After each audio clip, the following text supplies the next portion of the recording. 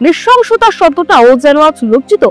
একজন পরিযায়ী শ্রমিক যিনি শুধুমাত্র পরিবারের পেট চালাতে ভিন রাজ্যে পাড়ি দিয়েছিলেন, তাকেই ফিরতে হলো কফিন বন্দী হয়ে।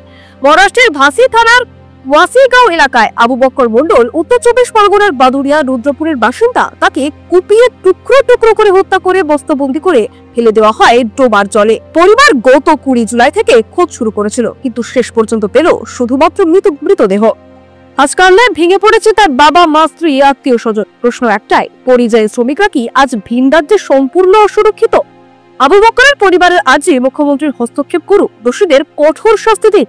পুলিশ তদন্ত শুরু করেছে, কিন্তু এই যন্ত্রণা, এই শূন্যতা কার কাছে যাবে? এর বিচার দেখুন। ভিন রাজ্যে কাজ করতে গিয়ে আর বাড়ি ফেরা হলো না, ফিরলেন তবে কফিন বন্দী হয়ে। মৃত্যুও নয়, বলা যায় বর্বরতা। কারণ একজন মানুষকে কুপিয়ে টুকরো টুকরো করে খুন করা হয়েছে, তারপর বস্তায় ভরে ফেলে দেওয়া হয়েছে জলের ডোবার মধ্যে। ঘটনাটি মহারাষ্ট্রের ভাসি থানার ওয়াসিগাঁও এলাকায়। নিহত পরিযায়ী শ্রমিকের নাম আবু বক্কর মন্ডল, বয়স মাত্র 33 বছর। উত্তর 24 পরগনার বাদুড়িয়া থানার রুদ্রপুর গ্রামের বাসিন্দা।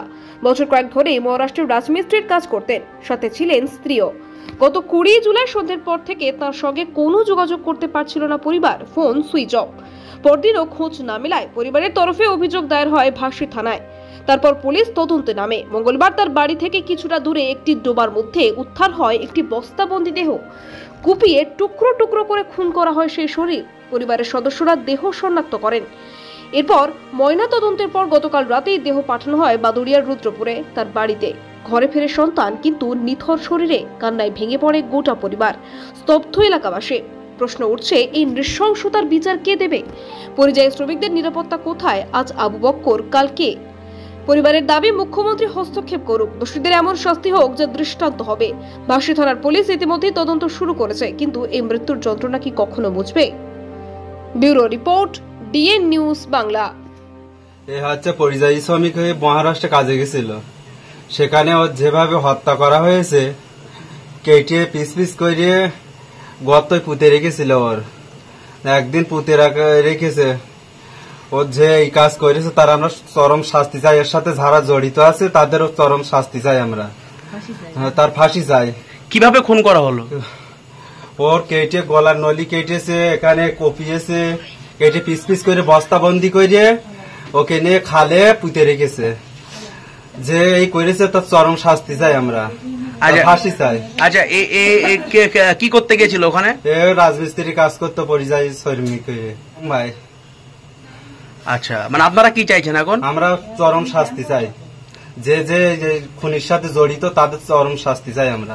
এই বাংলা থেকে একজন পরিযায়ী শ্রমিকের এরকম ভাবে বারবার পরিযায়ী শ্রমিকদের প্রতি আক্রমণ, এটা কিভাবে দেখছেন আপনারা? এটা ভীষণ খারাপ ভাবে দেখছি আমরা। আমরা দিদির কাছেও অনুরোধ করছি যে দিদি, এই পরিযায়ী শ্রমিক বারবার এরকম খুন হচ্ছে, আপনারা একটু দেখুন। বারবার এইভাবে যেভাবে নৃশংসভাবে হত্যা করেছে, ভাষায় প্রকাশ করা যাবে না। আপনার নাম কি? আমার নাম শাইনুর গাজী।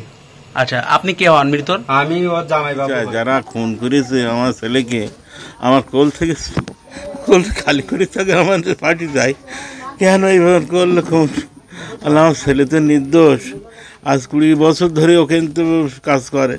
আমার ছেলে সবাই জানে, জেনে শুনে, আজ বন্ধু বান্ধব সব, ওর সব আত্মীয় স্বজন সব। আর এমন ছেলে, সে কি বললো, আমার শরীর খারাপ, আমি মাথায় কাজ হচ্ছে না। আমার মৃত্যুর কারণ কি?